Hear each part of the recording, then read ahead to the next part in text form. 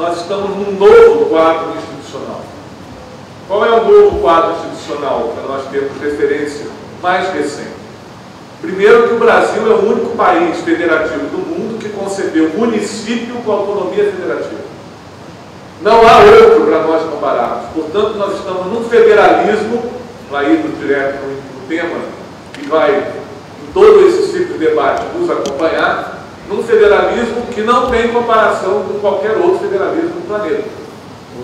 Nenhuma outra nação federativa concebeu o município com status de autônomo e em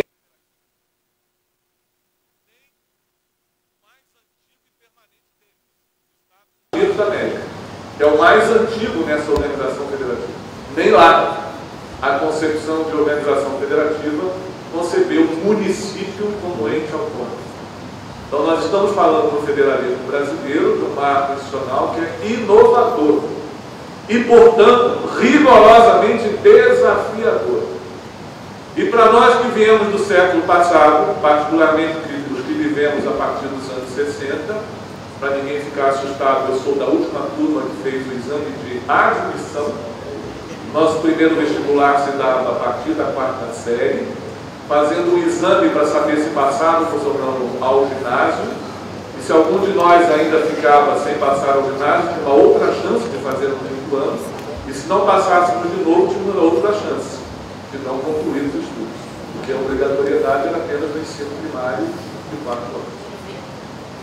Nesta condição, portanto, esse novo marco institucional, que primeiro considera uma organização federativa em que o município é autônomo, em que nós temos os estados, que eram uma organização anterior, os membros da federação junto com a União, nós somamos hoje autonomias que se multiplicam no âmbito de 5.564 municípios, um Distrito Federal, 27 estados e a União. Portanto, nós estamos falando de um universo extremadamente complexo, com histórias, trajetórias econômicas, sociais, políticas, culturais, muito diferenciadas. E cujo processo, inclusive, de sua constituição foi muito diferenciado.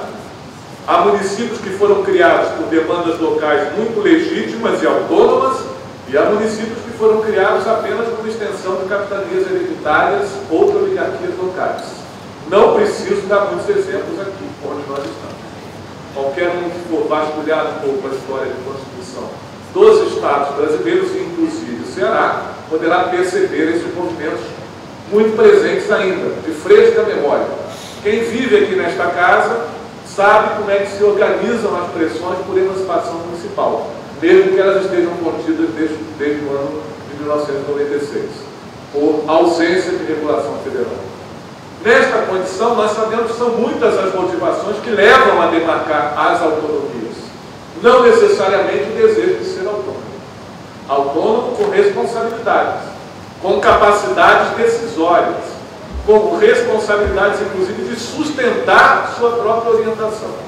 O Brasil vive, por um lado, uma autonomia que é a maior autonomia entre todas as federações do mundo, e, por outro lado, uma dependência de recursos federais, tanto do governo da União, que pode ser também entre as maiores do mundo. Nós vivemos, portanto, um universo de contradição, neste marco do ponto de vista federativo. Mas não é só isso. Depois de 1988, uma das primeiras emendas constitucionais foi a emenda número 14. Para quem não se lembra, ela ficou batizada como emenda do Fundef, mas não tratou só do Fundef, tratou de outras coisas. E aí se prende uma das iniciativas importantes da afirmação do marco federativo, ressaltada na voz do eminente ministro Aires Brito. Um regime diferenciado para financiamento parcial, não é financiamento total, da educação, onde, através de um fundo instalado em cada estado, compartilham-se nesse fundo recursos da União, dos estados e dos municípios. E ali, naquele fundo, Fundef, vamos lembrar que sobre ele também incidiram ações diretas de inconstitucionalidade, porque alguns municípios, aspas, entendidos como ricos, frente a outros municípios entendidos como pobres, particularmente capitais e grandes cidades industrializadas, foram ao Supremo Tribunal Federal dizer que não era prática da autonomia federativa absorver recursos que deveriam ser destinados a um município para outro em função da redistribuição formativa. E, igualmente, os estados, entendendo que não era conveniente que os seus recursos, anteriormente administrados apenas para a sustentação da sua rede estadual, pudessem ser compartilhados na distribuição formativa para municípios no seu âmbito.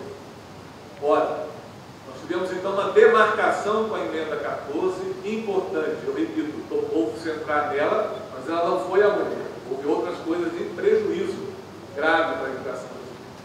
Mas essa demarcação de que os recursos públicos vinculados à educação são públicos e administrados à medida do atendimento da demanda e não à medida do tamanho de cada rede, evidentemente foi um marco muito importante para nós entendermos esse regime diferenciado. Portanto, a emenda 14 está dentro desse marco, ele já lançou alguns slides, nós estamos lá nos marcos institucionais, do quadro institucional, que trata desse assunto. Mais recentemente, inspirado o Fundef, sobre o qual nós fomos muito críticos, em função de que ele deixou de fora toda a educação infantil, toda a educação de jovens e adultos, e restringiu o direito com garantia de recurso a uma faixa etária de 7 a 14 anos. Essa demarcação nossa sempre apontou a necessidade de um fundo que garantisse a integralidade da educação básica, afirmada na Constituição e regulada na LDB de 1996, com a extensão que incorpora a educação infantil em 2 etapas. Vocês se lembram? A educação infantil absorveu a creche, que não era a educação, era a assistência social, mais a pré-escola, todo o ensino fundamental, que em 1996 era de 8 anos, e no ano de 2006 passou a ser de 9 anos, estão lembrados? Mais o ensino médio, na sua diversidade de oferta, incorporando, inclusive, a condição de ensino médio integrado ao técnico. Essa era a defesa que fizemos, eu à época era presidente da CNTE, em franca oposição ao significado do Fundef. Mas nós não podemos desconhecer que o Fundef, do ponto de vista federativo, foi um marco importante, embora houvesse esse universo de discussões que trouxe dificuldades ao conjunto do financiamento da educação e em muitas das nossas carreiras, inclusive, nos governos de turno, o carimbo de profissionais excedentes a professores de redes estaduais, particularmente, quando se incentivou e se acelerou muito intensamente o processo de municipalização. Eu estive folheando a excelente cartilha, que eu quero cumprimentar aqui pela iniciativa, pela beleza, pelo tratamento agradável a um tema que é árido, a cartilha que a PEOC está apontando. Eu espero esteja também disponível online, de modo que outros de nós, em outras latitudes do Brasil, possamos nos espelhar nela, de modo a ter uma ferramenta importante para o trabalho e para a comunicação, porque é uma cartilha comunicativa em que pese para a série de perguntas, pelo menos eu identifiquei 7 cuja resposta começa com não.